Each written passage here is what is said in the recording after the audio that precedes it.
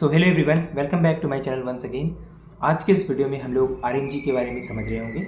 RMG का मतलब होता है रिसोर्स मैनेजमेंट ग्रुप, यानी कि एक ऐसा ग्रुप जो कि सभी रिसोर्सेज को मैनेज करता है, ठीक है। जिसे कि हम लोग टीसीएस में आरएमजी बोलते हैं और अलग अलग कंपनी में कुछ एबीसी नाम से होता है ये, ठीक है। अब भैया रिसोर्सेज को मैनेज करना, कौन है रिसोर्सेज, थोड़ा ये सब बता देते तो सही रहता, ठीक है। तो देखो यार, एक कंपनी में जितने भी लोग एज ए एम्प्लॉय काम करते हैं वो रिसोर्स हैं, और उन सभी रिसोर्सेज को मैनेज करने का काम ये एक ग्रुप का होता है, ठीक है। अब मैनेज करना मतलब ये बिल्कुल भी नहीं कि आपके खाने का ध्यान रखना, आप कब आ रहे हो, कब जा रहे हो, ये सब नहीं, ठीक है। मैनेज करना मतलब कि आप किस प्रोजेक्ट में असाइन होगे, और जब भी आप किसी एक प्रोजेक्ट से रिलीज होकर वापस आओगे तो डेफिनेटली आप बेंच पीरियड पे जाओगे, है ना। उसके बाद फिर आपको अगला प्रोजेक्ट कौन सा मिलेगा, ये सब आरएमजी देखता है, ठीक है। अगर आप लोकेशन ट्रांसफ़र करना चाहते हो तो इसमें भी आरएमजी का एक पार्ट होता है, ठीक है। तो यही सब काम है आरएमजी का। लेकिन उससे पहले मैं आपको कुछ एक रील दिखाना चाहता हूँ, ठीक है, जो मुझे इंस्टाग्राम में मिला है, वो देखिए, उसके बाद बात करते हैं। हाँ भाई साहब, आपको पाइथन पूरा आता है, जावा भी आता है। वाह यार, इनको एक्सेल वाले प्रोजेक्ट में डालो। हाँ, आपको वर्क लाइफ बैलेंस चाहिए पक्का, इसको सपोर्ट में डालो। 2 हफ्ते में इसका स्लीप शेड्यूल खराब होना चाहिए, बीएनसी गड्ढे होना चाहिए आंखों के नीचे। वर्क फ्रॉम होम चाहिए आपको। छोटू, कोई हाई सिक्योरिटी बैंक का प्रोजेक्ट है क्या? हाँ, डाल दो मैडम को, डाल दो। कोविड के टाइम भी वर्क फ्रॉम होम ना मिले, इसको ऐसी जगह डालो। बड़े आए प्रोजेक्ट चाहिए। क्या रिजाइन करना है आपको? ऑफ साइट नहीं जाना? अरे मैं भेजने वाला था तुमको यार, अभी भी जाना है, मौका है। कर दो कैंसिल, ऑफर कैंसिल कर दो। कर दिया कैंसिल, डन। हाँ, अब 4 साल बाद रुको। हाँ दीदी, आप फ्रेशर, मशीन लर्निंग का प्रोजेक्ट चाहिए आपको। मशीन लर्निंग का प्रोजेक्ट ही नहीं आता हमारे पास। डॉटनेट करोगे? डॉटनेट नहीं करोगे? डॉटनेट की बस में बैठाओ मैडम को। धक्का मुक्की मत करो यार, आराम से सबको बराबर प्रोजेक्ट दूंगा मैं। फुल स्टैक डेवलपर, तुम सबके कंप्यूटर फॉर्मेट करोगे, इंटरनेट ठीक कर देना, ठीक है, कुछ भी कुछ हो तो। चलो बाकी सब बेंच पे जाओ। तो क्या सच में आरएमजी के पास इतना पावर होता है? क्या सच में आरएमजी ऐसा कर सकता है? यही सब के ऊपर आज हम लोग बात करेंगे।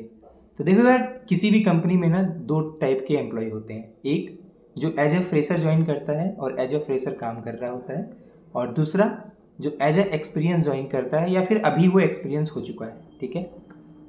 तो सपोज सबसे पहले मैं एक फ्रेशर के लिए ही बताता हूँ, ठीक है। तो देखो यार, जब आप एक फ्रेशर होकर टीसीएस में ज्वाइन करोगे तो डेफिनेटली आफ्टर ज्वाइनिंग आप लोग का 2 मंथ या फिर 3 मंथ का ट्रेनिंग चलेगा, अगर आप निंजा से हैं तो। अगर आप डिजिटल से हैं तो वो ट्रेनिंग पीरियड थोड़ा कम हो जाता है, ठीक है, बट हाँ, ट्रेनिंग चलता है।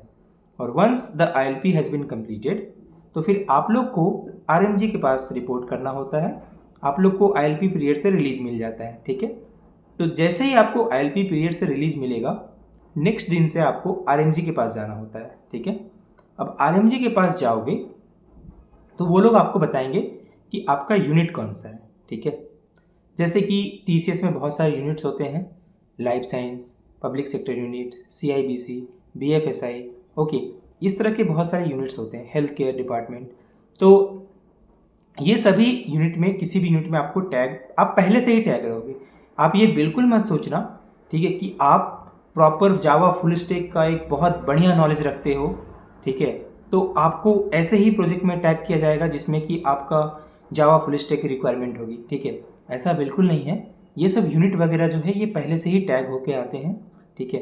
हाँ, आप एक बार प्रोजेक्ट में जाने के बाद इस तरह के टेक्नोलॉजीज़ पे जा सकते हो, लेकिन फर्स्ट टाइम जो प्रोजेक्ट होगा वो पहले से ही असाइन होता है, ठीक है। तो जैसे कि मुझे लाइफ साइंस प्रोजेक्ट में असाइन हुआ था, ठीक है। तो लाइफ साइंस प्रोजेक्ट जैसे ही असाइन होगा उसके बाद आपकी स्किल पूछी जाएगी, ठीक है, वो आरएमजी ही पूछता है। अब आपकी स्किल पूछी जाएगी, आप जैसे बताओगे मेरी स्किल जावा है, फ्रंट एंड में रिएक्ट है, राइट। तो वो सब पॉइंट नोट करेंगे। उसके बाद जब भी वो सब टेक्नोलॉजी पे रिक्वायरमेंट्स आएंगी, ठीक है, तो आपको प्रोजेक्ट के लिए कॉल आएगा, ठीक है। अब ये कॉल जो है वो आरएमजी के साइड से नहीं होगा, ये कॉल उस यूनिट के साइड से होगा, क्योंकि आरएमजी आपकी जो प्रोफाइल है वो उस यूनिट पे भेज देता है।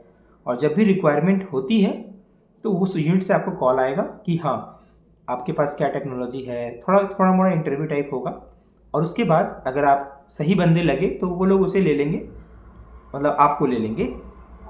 और अगर आप नहीं सही से इंटरव्यू दे पाए, ठीक है, तो वो लोग छोड़ देंगे, तो आप फिर से आरएमजी के पास जाओगे उसके बाद आरएमजी आपको फिर से दूसरा प्रोजेक्ट में असाइन करेगा, ठीक है। तो यही प्रोसेस चलता है। अब देखो, अगर आप एक फ्रेशर हो तो वो लोग आपको किसी भी प्रोजेक्ट में दे सकता है।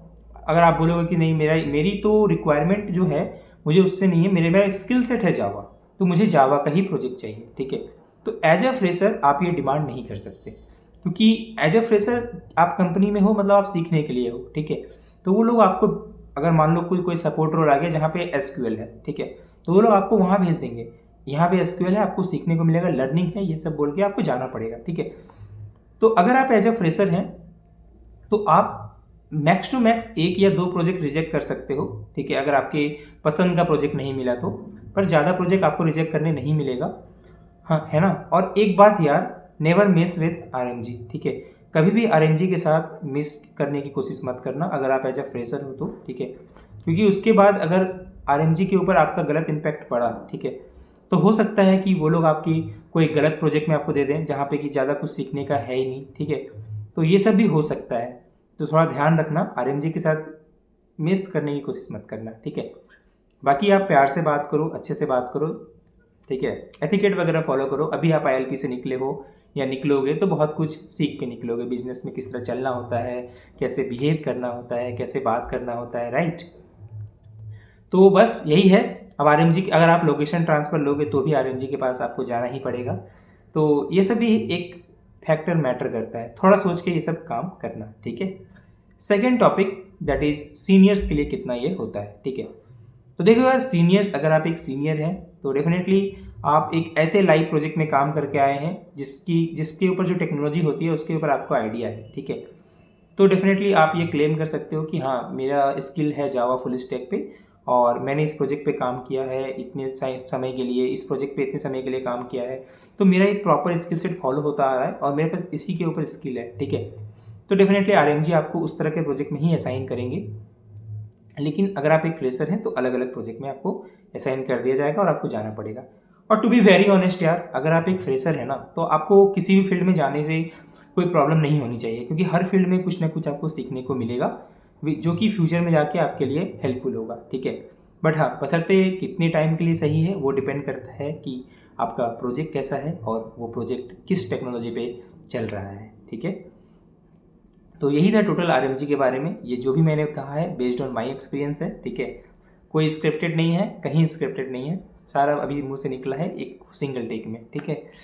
तो जस्ट आज के इस वीडियो में इतना ही, यही था टोटल आरएमजी के बारे में। अगर आपके माइंड में कोई क्वेश्चन आता है तो डेफिनेटली आप लोग मुझे इंस्टाग्राम में रीच कर सकते हैं और एल्स कमेंट सेक्शन में कमेंट भी कर सकते हैं, ठीक है। तो चलिए दोस्तों, मिलते हैं नेक्स्ट वीडियो में, तब तक के लिए see ya, have a good day, bye bye, thank you all.